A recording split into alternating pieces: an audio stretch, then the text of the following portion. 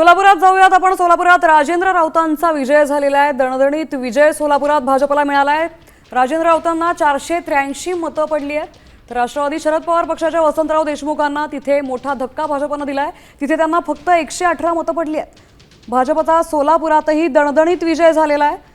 महायुतीला 483 मतं तिथे पडलेली आहेत। राजेंद्र राऊत तिथे विजयी ठरलेले आहेत। तर त्यांनी पुढील कामं मी पक्ष आदेशाने चांगल्या पद्धतीने करेन असा आत्मविश्वास व्यक्त केलाय।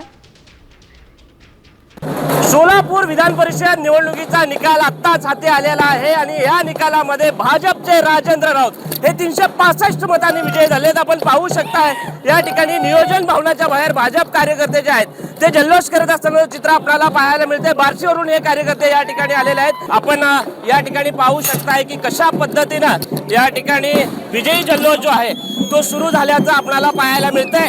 हर हर महादेव आणि अदृश्य अशा पद्धतीने या ठिकाणी आपल्याला दिसून येते।